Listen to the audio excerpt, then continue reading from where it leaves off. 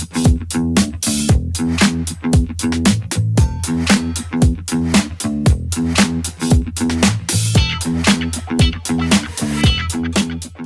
and welcome to Dear Future CRO, brought to you by Hunters and Unicorns, presented by Esther Iyamu, CEO and founder of GrowthQ, and me, Kiran Bajar of Culture Crunch.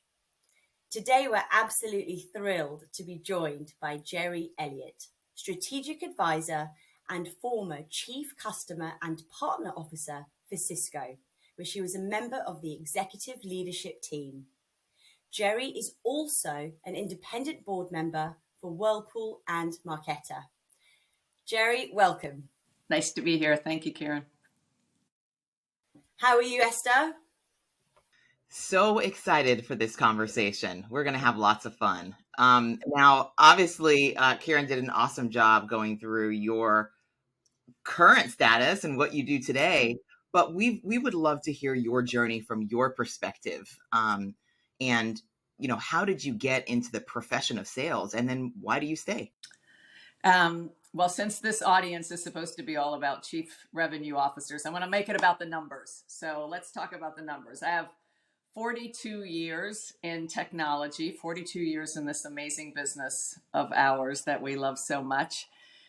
During those 42 years, I would tell you that I had 7 life-changing opportunities, whether that was being a first-line manager, a second-line manager, becoming an executive, becoming a senior executive, being a part of a C-suite, and actually joining a public board. All of those were significant milestones for me in my career. I wasn't just in sales. I had 6 different disciplines, whether it was sales or systems engineering or strategy or consulting services, product management. All of those kind of, I think, helped me broaden my career and help me be a better senior executive, whether I was going to stay in sales or not. I've worked and lived on 2 different continents. I've had 10 different moves in 7 different cities. I've had 6 different global roles, which is incredibly important, I think. But I think the more important opportunity was an international assignment where I lived in Tokyo for 2 years and responsible for 48 countries across Asia Pacific. That's a certain experience that I hope we talk about a little more, Esther, because you know how important I think international experiences are. So, and one husband, 37 years, 2 children, and that's about it in terms of the numbers. That's awesome. That's awesome. I got to tell you, anytime I've heard you speak, you either share things in 3s or you will put everything in perspective in the numbers. I love that. And there is one husband, 37 years. Just want to make sure we're all there. Had 4 husbands, and she said, "Oh, I've been married over 40 years. I beat you." And I'm like, 4 husbands. It's not cumulative. Okay. You don't get to add it. Yeah. So. I love that. I love that. But the thing I do want our listeners to hear is the fact that it wasn't just one discipline, right? You've had various experiences across different disciplines and, quite frankly, in different countries around the world, in global roles versus local roles.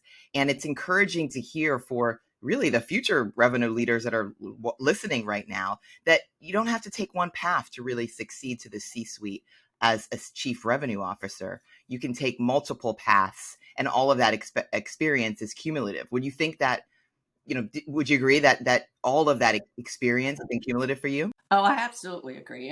And look, getting into sales as an example was a complete accident for me. Number one, I wasn't expecting to get into technology. I was on my way to be an international lawyer. I wanted to be a Mal Cooney. That's who I wanted to be, even though I didn't know who she was at the time. I wanted to be a Mal Cooney and be into international politics. We all want to be. And I was on my way to law school before I accidentally walked into a career day fair that was happening so many years ago, and to get a Coke because it was in the student center. And somebody stopped me and said, "Hi, my name is Donnie McKenton from IBM. Would you like to work for IBM?" And I didn't even know what IBM stood for at the time. And I said, no, why on earth would I want to work for IBM? This is what my career is going to be. I'm going to help children. I'm going to be in international politics. And that spontaneous, accidental meeting changed everything for me. And of course, I argued with him, and we had this wonderful debate about what was the best career path, and I was on my way to get a JD MBA, which was unusual back then. It's more common now.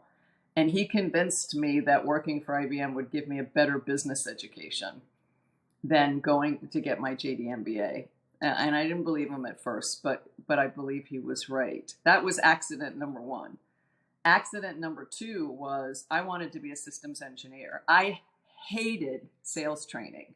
I called my manager every day of the 6 months of sales training, because with IBM, you had to train for 2 years before you got to call on a customer, which is amazing. Most people now get thrown into the pool, a day or two after you join. With IBM, you weren't allowed to call on a customer until you were completely qualified. And I hated every moment of sales training. I called my manager every day and said, I want to come home. And she said, Gerri, if I bring you home, I have to fire you. So you can't come home, my love. So that was accident number two, because I trained as a systems engineer.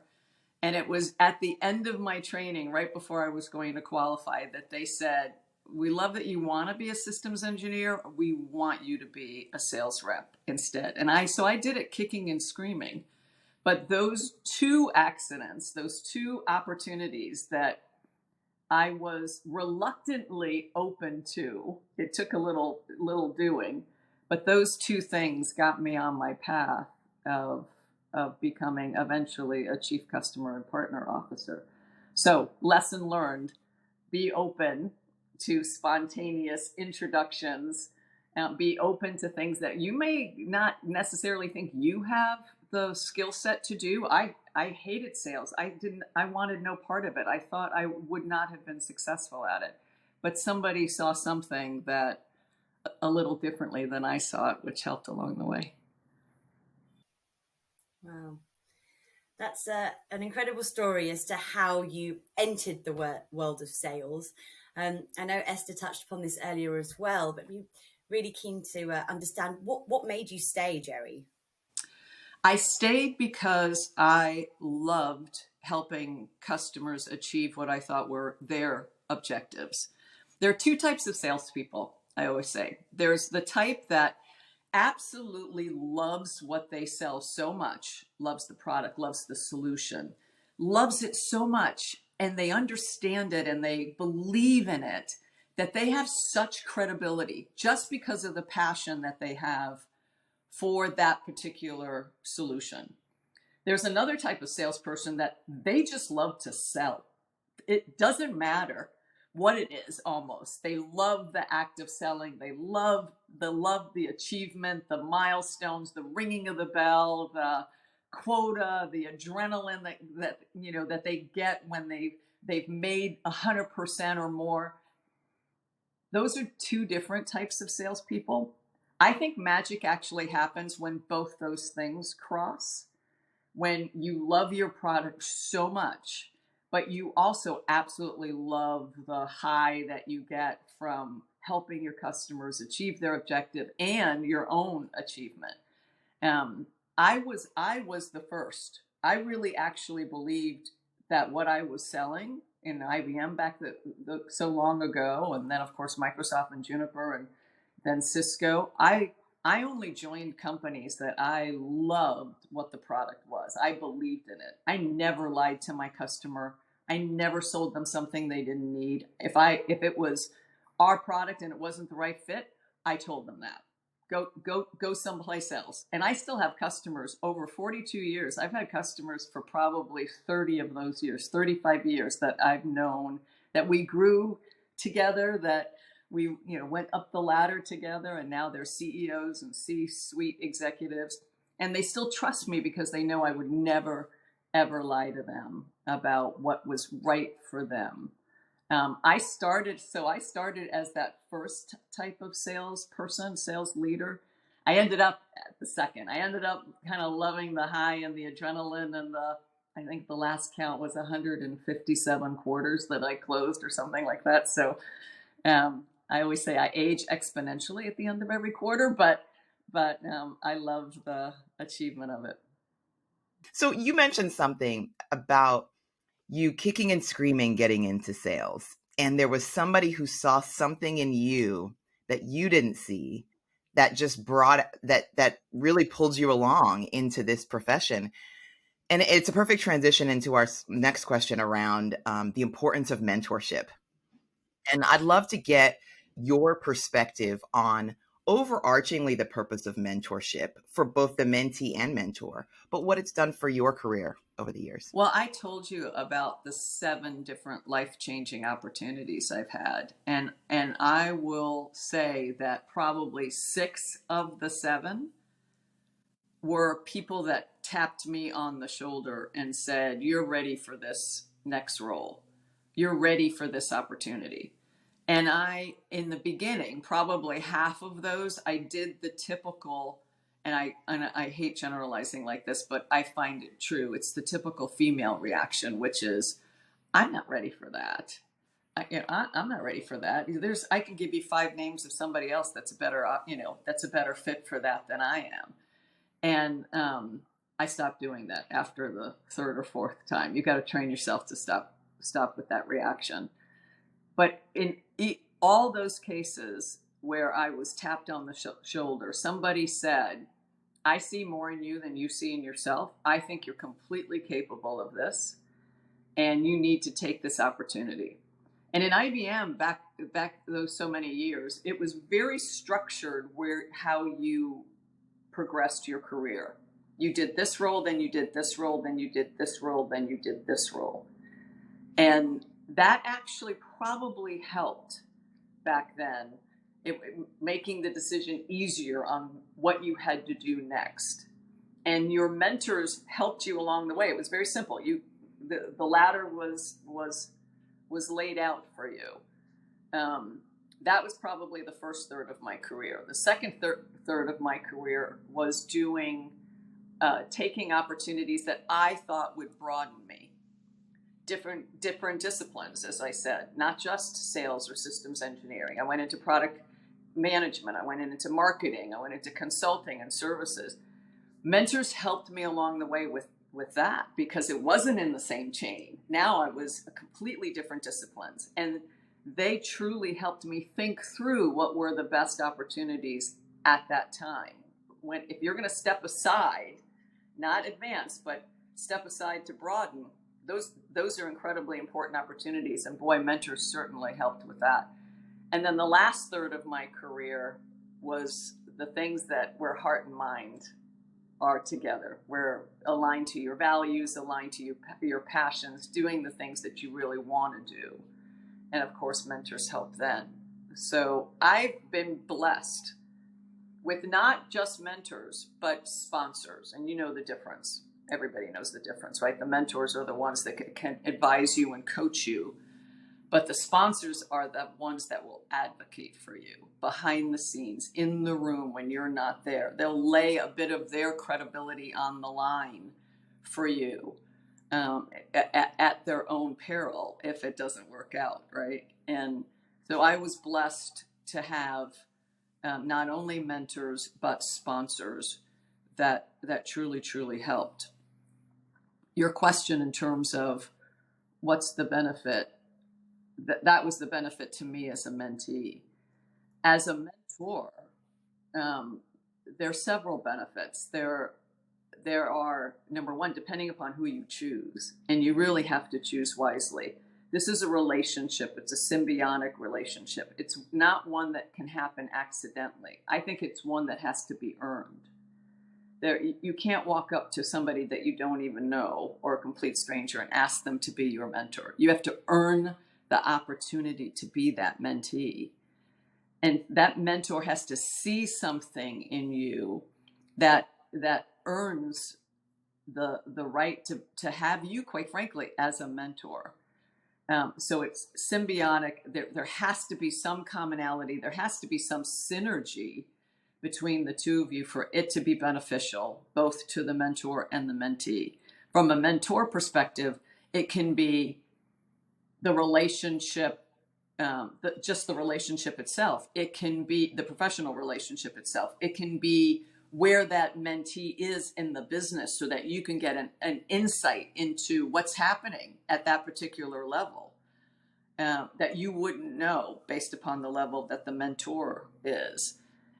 It can be a window into your own leadership capabilities and a mirror back to how effective you truly are as a leader or a mentor. So it's a valuable relationship. It's not for the faint of heart, quite frankly. I think it should be exclusive. You can't. I don't think you can be effective if you had 10 mentees and you were spread so thin. I think you have to choose wisely and really give it your all. I think a lot of pressure is on the mentee. The way that I mentored was I left it to my mentee to decide how they would use the time. And some were very different. Some were, I'd like to make this a casual relationship. I'd like it to be informal. It's going to be once a quarter and it's going to be a half an hour and it's going to be a bit of a free for all and there's no agenda set. And there are some mentees where it was, this is how we're going to spend the time. Here's the agenda. Here's what I want to talk about.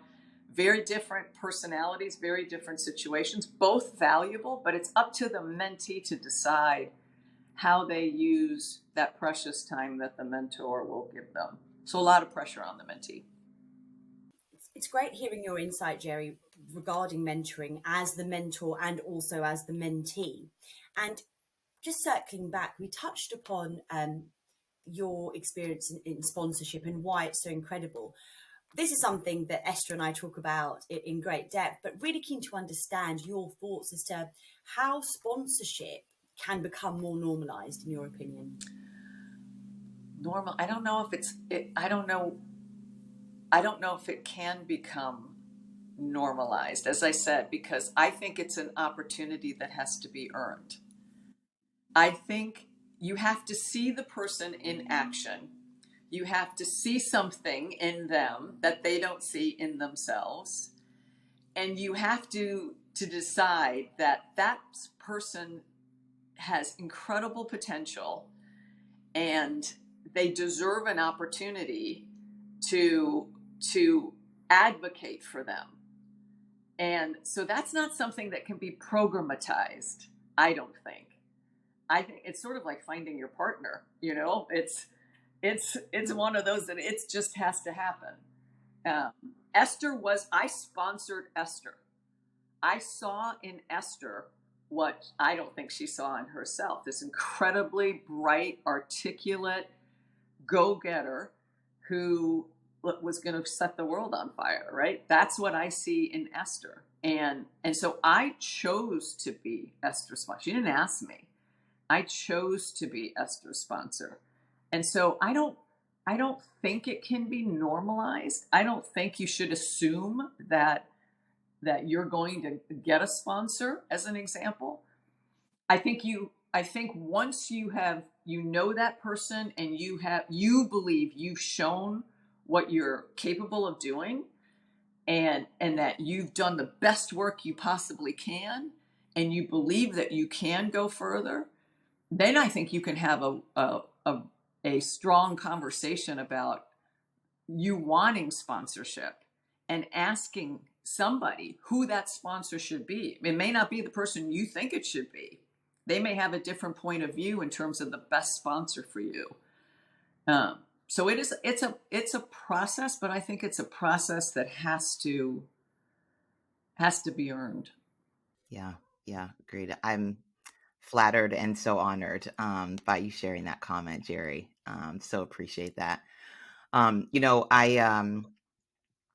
I have to pivot to this next question, which is really now focused on that same topic and what it specifically means to leaders when that mentorship and sponsorship is happening within the organization.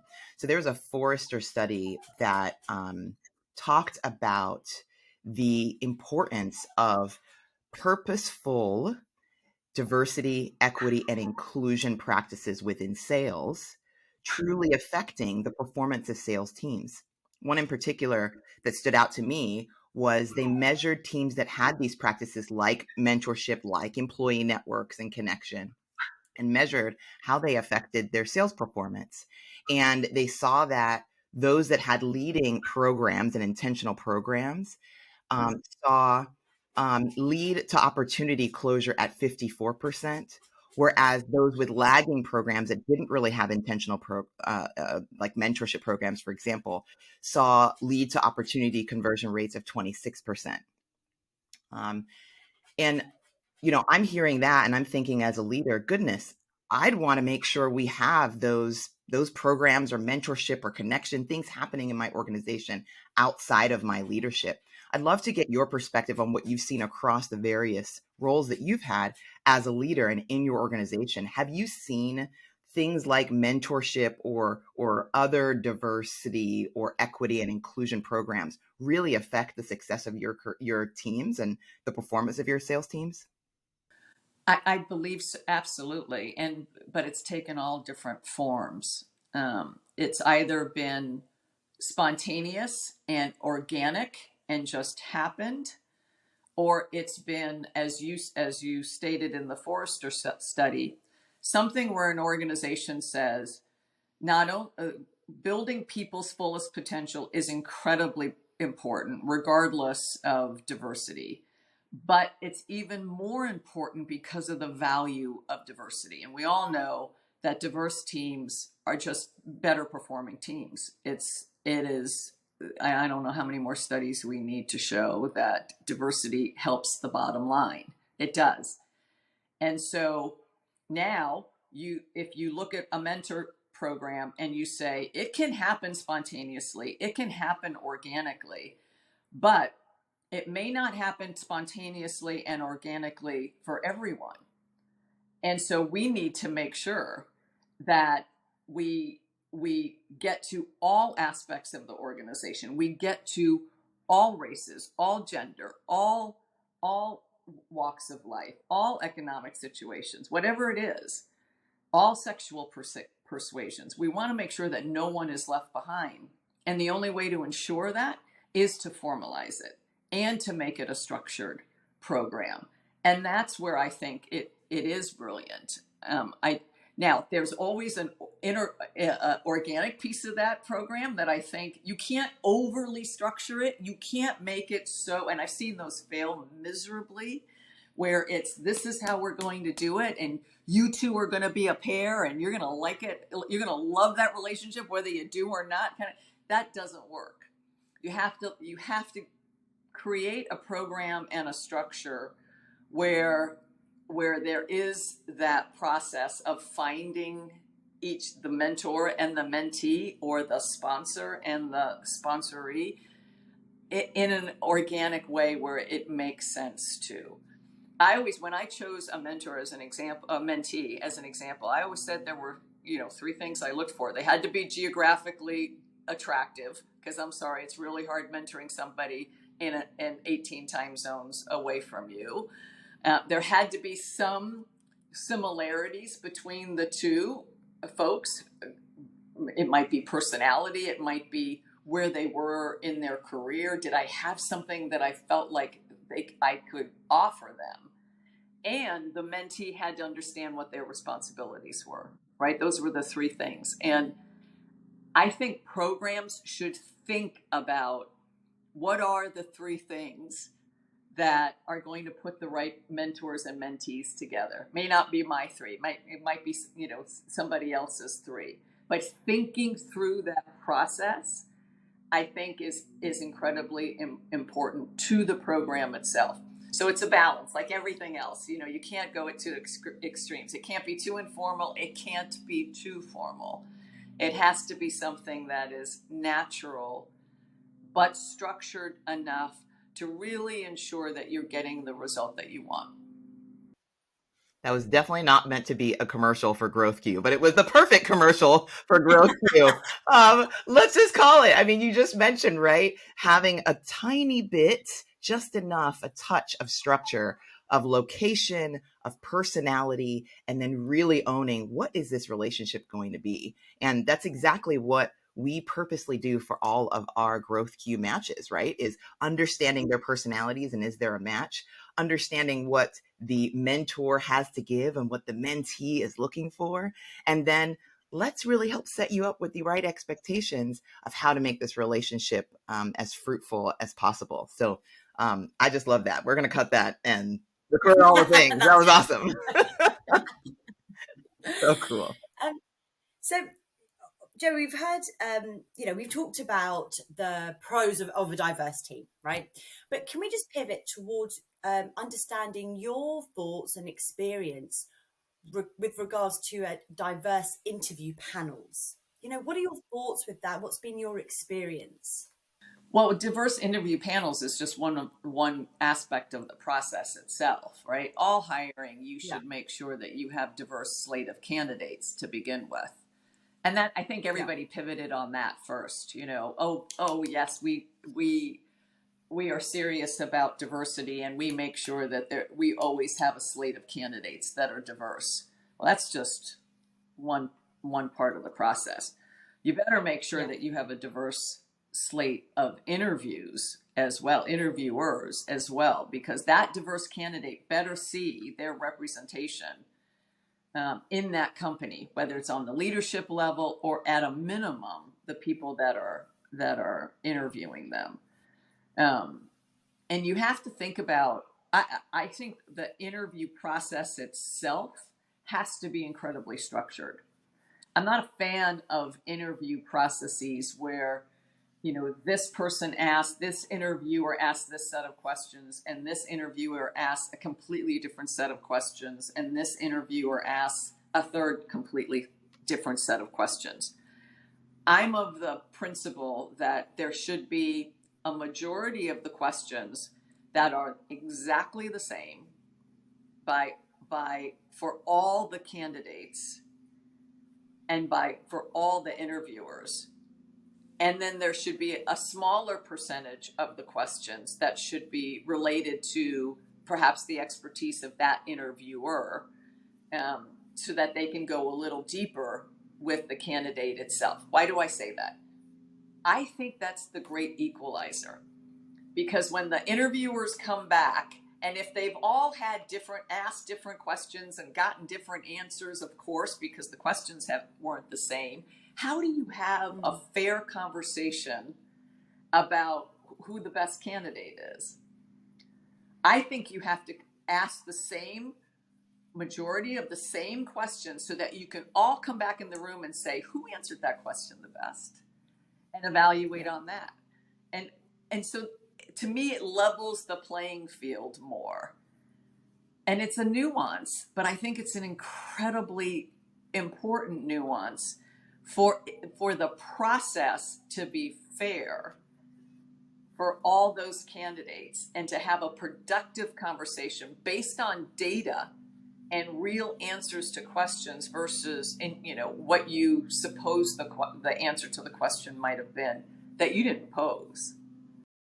I love the way you've put this, because you're breaking down inclusive hiring from a very different perspective. It's not just let's get diverse candidates to the table to interview. Let's get diverse interviewers to interview. But if the taxonomy for how we're measuring the talent isn't the same, our efforts kind of go in vain there, right? I love that idea of creating that structure. Listeners, you heard it first here, but a certain percentage of those questions being the same, and a certain ones coming from the perspective of the expertise of the interviewer. Yeah, I love that. To dive specifically into this any further, have you found certain practices in particular that maybe help further remove unconscious bias, or any stories where you've particularly seen that work with your teams? Anything you particularly remember where it's worked with your teams in particular? I think so all diversity training, I think, is incredibly important. Dangerous if not done well. I think diversity training should be conducted by professionals who truly understand not only the importance of the training itself, but what the training can uncover. I have been in diversity training sessions in now 4 different companies. And in each case, there has been breakthrough conversations that were incredibly personal. Everybody always goes back to, what does this mean for them? And where they have seen it or how they've experienced it. And that it is such a powerful conversation. It's the reason why I think it's not for amateurs. So number one, if you are a company that is serious about ensuring that unconscious bias doesn't happen in your organization, get some professional help. Don't try to do this on your own. That's number one. Number two, I think the best training has always been around what our dear friend Brian Stevenson from Equal Justice Initiative would call proximity.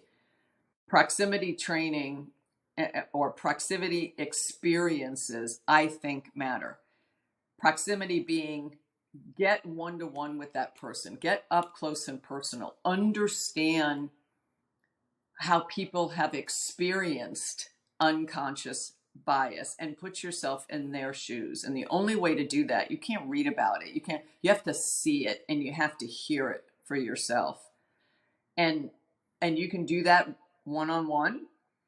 I have done a million proximity meetings where I've just asked my team to, I want to talk one-on-one with diverse folks in my organization, diversity of all aspects, not just race, but all aspects, because I want to know what it feels like to be you in this company. What does that feel like? What has your experience been? And those conversations have been incredibly powerful. Having fishbowl conversations where we brought in a slate of folks that all different walks of life, and we've put them together so that they can chat with each other, and we have watched the conversation as an executive team. We watched in the room, same room. We watched the conversation. We listened to their experiences. And then we ask them to watch us. We then go in the middle of the room and we have a conversation about what we just heard. Incredibly powerful. Those have been, to me, the most effective conversations. Again, conducted by professionals who understand how to make sure that it stays productive, but thoughtful and deep and not bullshit. Right? Not the stuff everybody wants to hear, but the real stuff that's happening. And then to facilitate, what do you do about it? It's one thing to then have the proximity conversation in whatever form. And then you say, well, boy, that's tough. That was tough. And you walk away and nothing changes. So you need help to help you then say, what do you do about what you just heard? Because it's important to react to it in the right way. And so get some help, quite frankly. And every process can work, and it may depend on your organization, your culture, your set of values on what's the right way to get that help. But seek professionals and do something about it when you've gone through the process and you've learned what needs to change. You better do something about it. There's nothing worse than understanding what the issues are and then walking away and not trying to fix them. Wise words. Gerri, you talked earlier on actually about your plethora of experiences and different roles, and I'd really like to revisit that. in your opinion, what have been the most impactful to your career in terms of structured job rotations? Let's start there. Well, I said that my career has been a third. And the first third couldn't have been any more structured in terms of this is what you did. And there was some freedom associated with it. I didn't have to think about it. I didn't have to angst about what the next role would be. So I was lucky in that regard.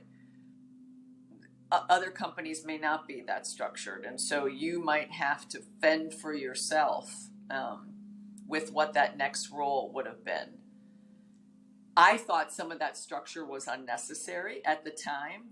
Why take me out of a customer-facing role if the most important thing are our customers and I want to be customer-facing? I understood why they did. That was a grooming mechanism, but I thought it was unnecessary. And we did change it years later to say that you could advance your career staying in front of a customer, not necessarily having to pivot out of it. So structured rotations, I think a better idea is something that I learned from Meg Whitman, who she used to do this with her direct reports.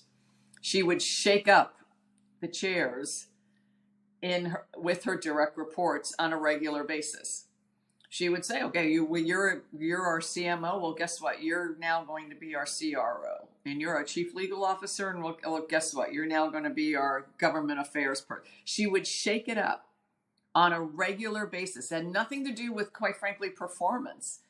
In her mind, it was a way of ensuring that her leadership team sat in different chairs, understood different perspectives, didn't hold on to sacred cows. I think she told me that she used to Andrea Young, who was the CEO of Avon, used to say that on a Friday, she would tell her direct report team that they were fired, that they should put their badge in a bucket as they were leaving Friday morning, but that they should come back on Monday. And so they got fired on a Friday, put their badges in the bucket, and on Monday morning, she would say, okay, you're all rehired. You can take your badges out of the bucket, but you are new to this role. Same role that they were in on Friday, but they had been fired on Friday. You're new to the role. There are no more sacred cows. You should just think about how you coming into this role with a fresh set of eyes, what you would do differently.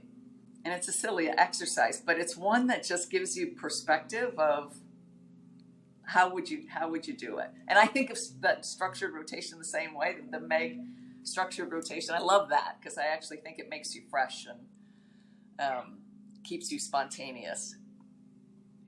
Yeah. I love both of those perspectives, right? They're two different ones, Kieran, right? There's one which is, let's musical chairs this a little bit. So, hey, everybody, you were in product, you're now going to be marketing. You were in marketing, now you're going to go lead our revenue teams. You're in, right? So that being one aspect, but then the other, and I think is incredibly powerful, of on a Friday, turn in your badge, you're all done, you've been fired. Monday, you will be rehired, and you get in Monday and look at your business with fresh eyes. It's that go off for the holiday and come back in the new year feeling, new year, new me feeling, but that's incredibly powerful. And I remember now why Andrea said that she did that, because she was the CEO of Avon, and she had been the CEO of Avon for 12 years, I think, at the time, and had been very successful, but then went through a period where she wasn't as successful, or the business wasn't as successful. And she did that purposefully because she felt that she would hold on to her sacred cows. This was all on my watch. And would I do something differently? And so she did that exercise to give herself and her team freedom to look at things with a fresh set of eyes. So I just love that exercise. And I've done it a couple of times. It freaks your teams out, by the way. Gotta love that. Well, this last question, as Kieran always calls me out because I get so pumped about this last question. This last question is exactly why we're here and why we do this. I think to 21-year-old Esther stepping into her first role taking on a quota and looking around and thinking, oh my goodness, what did I just sign up to do? But what is the path going to look like? And quite frankly, Gerri, you've lived this path. And so I would love for you to share to the future CROs that are listening to this conversation, whether they're earlier in their career or they're mid-career or just about to get into that potential CRO role. If you could answer this question, dear future CRO, and give that almost love letter to that listener, how would you answer that sentence? Oh, Lordy. Dear future CRO, forget the R. And number one, I tell you, forget the R. By the way, I hate the title. No disrespect. But I never had the CRO title, never wanted the CRO title. I was hired in for the CRO job. But the first thing I did was, we're changing this title. Because you have to remember where the revenue comes from. The revenue comes from your customers. And if you're going to focus on the dollar versus focus on that customer or that partner, regardless of what your distribution model is, that consumer, it could be an enterprise, it could be consumer, it could be partnerships, you better focus on them, or that revenue, that growth will never come. I chose to be chief customer officer. I chose to be chief customer and partner officer. I never wanted a chief growth officer or chief revenue officer title, because I thought it was the wrong emphasis. So forget the R. Go focus on your customers. Go make them successful. Go ensure that they trust you, whether you're just starting out in that first quota role. Think about those customers. Make sure that they are first and foremost. I used to say customers first, your unit, the company second, your unit third, you personally a distant fourth. If you just think about those priorities, then you'll be successful. So forget the R. It's so refreshing to hear that perspective, which is just actually make it not about you, but make it about the customer. And you focus on them, focus on their trajectory, their development, and then yours will follow inevitably anyway, if you do the job well, which clearly you have done over and over again. That's I love that one. Thank you for sharing. Gerri, on behalf of Esther and I, thank you so much for joining us today. And actually, not just on behalf of Esther and I, on behalf of all of our viewers and the listeners out there who I know will have found this conversation so incredibly insightful, informative, and quite frankly, moving as well. To all of our viewers and listeners, if you've enjoyed this conversation, please show some love. Please hit the like, share, and subscribe button to hear more from GrowthQ and Culture Crunch as part of the Dear CRO series. Although you can drop the R, as Gerri has said. So Gerri, once again, thank you so much for joining us. Esther, until next time, it's been a pleasure as always. And to our viewers and listeners, thanks so much for joining, and we look forward to seeing you next time. Until then, take care. Bye-bye.